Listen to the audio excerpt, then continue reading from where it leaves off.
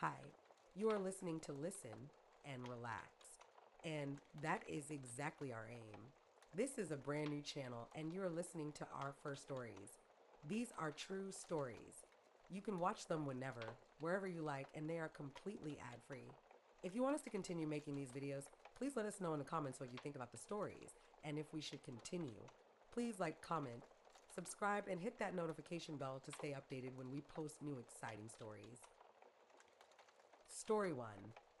The Summer That Haunts Me. 12 years ago, when I was 18, I visited my cousin's home for vacation, as I did every year. Next to his house lived a woman with her husband and two daughters. Every summer, we spent a lot of time at her place, playing cards and watching movies. She was so kind and beautiful. I adored her. She was also quite relaxed around me. One day, while my cousins were out, I decided to visit her. When I arrived, I found her alone, doing chores. We started talking, and she began to open up about her life. It seemed she needed to vent, but my attention was diverted to her figure. Recognizing her vulnerability, I foolishly began to flirt with her.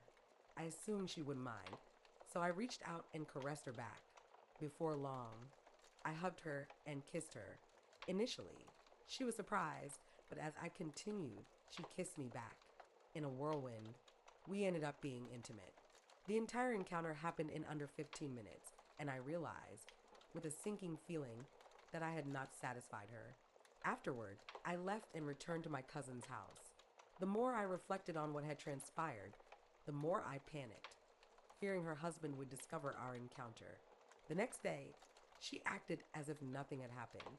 When I finally mustered the courage to ask her about it, she assured me it was a one-time occurrence, reminding me that I was still a teenager and not to worry.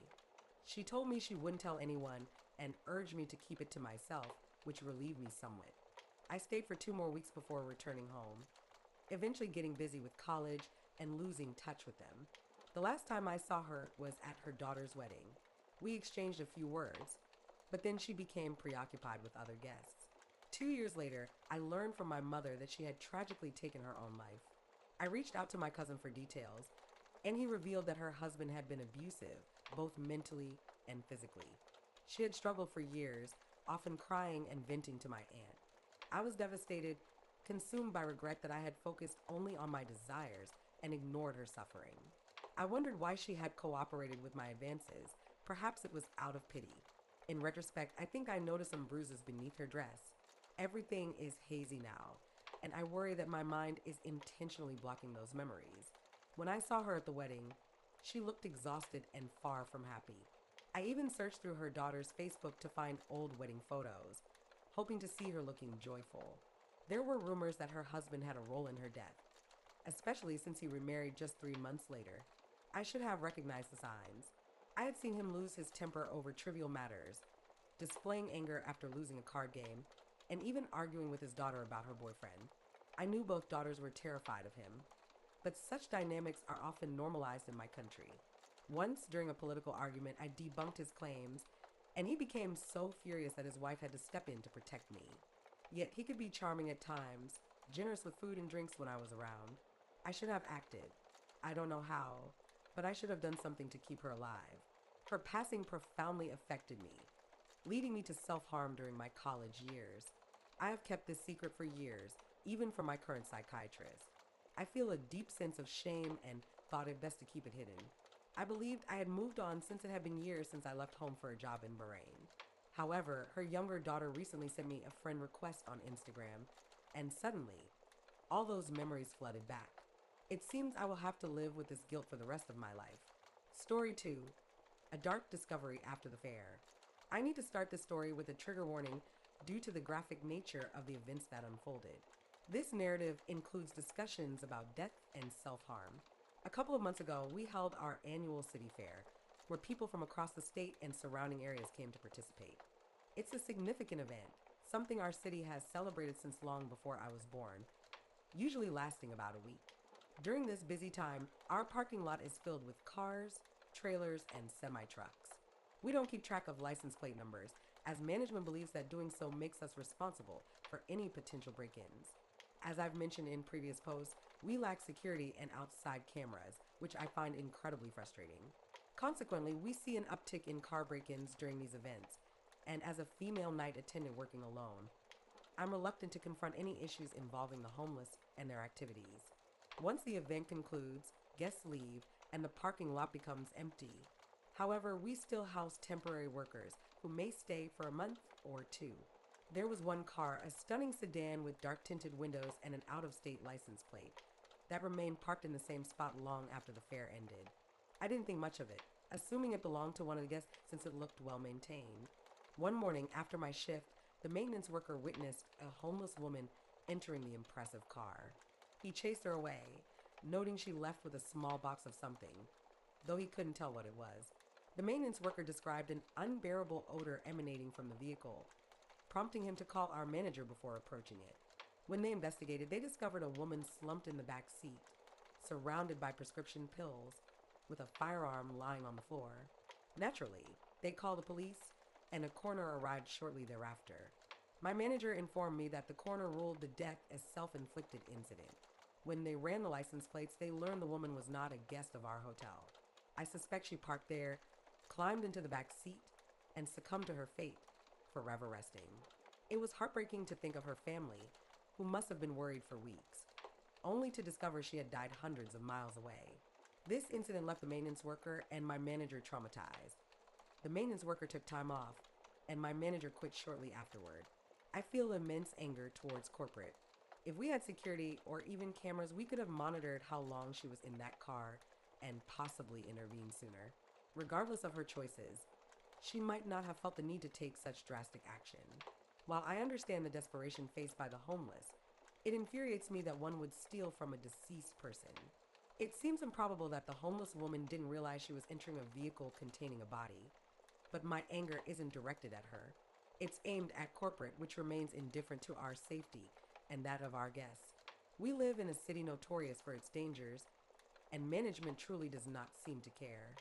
Guests have asked about the incident, and there were even social media posts and news articles covering it. Yet it feels as though everything has been swept under the rug. We weren't allowed to speak about it, and we received a dismal review from a guest who was present when the body was recovered. Corporate remained silent through it all. Unbelievable. In light of these events, I've actively sought new employment. As much as I appreciate the perks of this job, I can't continue working for a company that shows no regard for our well-being. Story 3. Sweet revenge against a toxic boss. 3 years ago, I was fired from a stained glass studio where I worked as an artist, specifically as a glass painter and designer.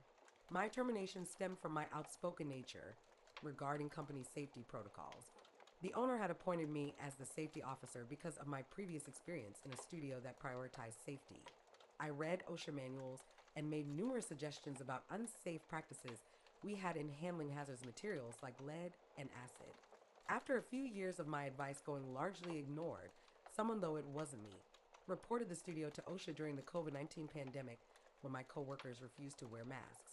The owner suspected it was me, as I had been the most vocal about safety concerns. Soon after, they hired my replacement, stripped me of my safety duties, and finally let me go, citing a lack of work. Yet they had just brought someone else on board. It didn't add up. Throughout my time there, my contributions and expertise went unrecognized and unappreciated. When I was fired, I was uncertain how I would make ends meet in Los Angeles, but it turned out to be the best thing for my career. Just last night, I unexpectedly encountered my former boss at an event. The studio is struggling so badly that he has had to cut everyone's hours down to just 2 days a week. Many employees are now seeking new jobs. He approached me saying, "I heard you had a show." I smiled and replied, "Yes, things are going really well. In fact, I currently have a solo exhibition with a major gallery, over $30,000 in savings, and enough work lined up to keep me busy until 2026. Success truly is the best form of revenge." Story 4. A disturbing encounter at the hotel. Good evening, everyone. I have a rather unsettling story to share with you that I experienced recently at my workplace, and I hope it resonates with anyone who has ever faced a difficult situation in a professional setting. As many of you know, I work at a hotel in Europe where the laws concerning child supervision are quite strict. Children under the age of 18 are not allowed to be unsupervised at home, on the streets, or really anywhere else. One day, an unusual and alarming situation unfolded at our hotel that I will never forget. On this particular day, I noticed a group of four children, the oldest being around 14, playing unsupervised in our gym area. Naturally, I felt uneasy, especially since they were handling weights that could be dangerous. I approached them and kindly explained that they needed to leave the gym for their safety. They wandered into the lobby instead, and after about 2 hours without any adult supervision, I felt it was time to take action. Not knowing how to proceed, I called my manager. She advised me to contact the children's guardians, and if I received no response, I would need to call the police. The thought of involving the police was daunting, but I knew I had to prioritize the children's safety. As I attempted to reach the guests, I found myself in a challenging conversation with a man who was clearly upset. He was the father of one of the children, and his demeanor suggested that he had been drinking. When I explained the situation and the possibility of police involvement, he became furious. He insisted that one of the children, the 14-year-old, was responsible enough to care for the others, claiming he was effectively an adult. I calmly reminded him that the law in our country clearly states that a responsible adult must be at least 18 years old. His anger escalated. He began shouting and insulting me. Here I was, a small woman weighing around 50 kilograms, facing a man who seemed as large as an IKEA wardrobe. His shouting was alarming, and I felt a surge of anxiety. He threatened to call emergency services to dispute the laws of my country, and I warned him that he could be fined for such a misuse of emergency services. In an attempt to de-escalate the situation, I repeated my stance multiple times, explaining that I would communicate with the police if necessary. Before long, the police arrived. They quickly assessed the situation and discovered that two of the children were not his at all. In fact, neither he nor the children were registered guests at the hotel. The police took his statement, but it was evident that he was lying. He kept changing his story about how many children were his. As the situation unfolded, other guests became concerned and wanted to call the police themselves after witnessing the commotion at the front desk. Thankfully, I received support from both the police and my fellow guests, who assured me that I had made the right decision. Looking back on this chaotic day, I felt a wave of relief that I had chosen to prioritize the children's safety, even if it meant dealing with an aggressive parent. The experience taught me that sometimes doing the right thing may not be easy, but it's always necessary. Story 5: The Unforgettable Dinner Incident. I have a wild story to share with you that's both embarrassing and a little outrageous. It all happened at one of my mother-in-law's family dinners, and trust me, this is a tale I won't soon forget. For a bit of context, I've been married since 2017, and I dated my wife for 3 years before that. My in-laws have generally been pretty normal, but my mother-in-law, well, let's just say she's always had it out for me. I get the feeling she wasn't too thrilled about me marrying her daughter. Every family dinner is a challenge. She has a knack for giving me the worst cuts of meat and underserving my portion compared to the other men at the table. And get this, I have a severe gluten intolerance, but every dessert she brings to the table is something I can't eat. You can buy gluten-free desserts that taste great, yet she always seems to overlook that. But the real breaking point came when I found out she texted our friend's mom, let's call her Carol, calling me a weak man. Carol only told me because her son, who's my friend, pressured her to spill the beans. After hearing that, I was furious. I'd had a few drinks by that point, and as the night went on, my frustration boiled over. After dinner, I excused myself to use the restroom. On my way there, I walked down a side hallway with this beautiful carpet that my mother-in-law had flown in from Istanbul. And for reasons I can't quite explain, a wild idea struck me. In that moment of madness, I decided to pull my trousers down and, well, let's just say I left a rather unsightly surprise right there on the carpet. Now, they have a large Bernese mountain dog named Bruno, and I figured it would be easy for him to take the blame for this little incident. To this day, nobody suspects a thing. My mother-in-law had to clean up my mess, and she still has no idea it was me. I'm still happily married, but honestly, I don't know if I can ever fully get over that moment. It's a secret I carry, and while it was incredibly reckless, I can't help but chuckle when I think about it. Story 6: The Day of the Holiday Heist. It all started like any other day when one of our regular customers came in. I was chatting with him when an older lady walked in, grabbed a bottle of wine, and shortly after, a younger girl followed her in. Now, with the holidays approaching, we've been seeing an increase in thefts, so I was on high alert.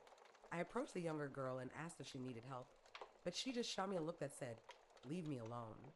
Fine, whatever. I went back to my business, but I kept an eye on her. As the older lady was checking out, I noticed the younger girl trying to sneak out with a bottle tucked under her arm. I took off after her, yelling, "Nope, give it back." At this point in my job, I'm not too worried about the consequences anymore. I just wanted to catch her. She jumped into a truck right outside the store, and I noticed the older lady was getting into the passenger seat. From their interaction, I could tell the older lady was asking the younger girl what she had done. Sensing they might bolt, I quickly ran to the sidewalk to get a picture of their license plate. But what I didn't see was that our regular had also gotten into his truck. Just as I got my shot, I heard a loud crash. The thief's truck had backed right into my regular's vehicle. It was chaos. What really annoyed me was how my manager handled it. He said the regular didn't want the cops involved because he was already involved in some stuff. That turned out to be a lie. We had already called the cops when everything went down. A few days later, the regular came back to check if there was any news on the thief. I was frustrated because my manager lied about him not wanting police involvement. The guy never said anything like that during the incident, and he looked hopeful when he asked if we heard anything. The icing on the cake? The manager casually said, "Well, we're not responsible for fixing his truck. We didn't cause it." But you lied about him wanting the police involved. We even had the driver's name from her receipt, which made it even worse. Honestly, this kind of nonsense is just one of the many reasons I'm not a fan of this job. It's frustrating to deal with management that doesn't have your back, especially in situations like this,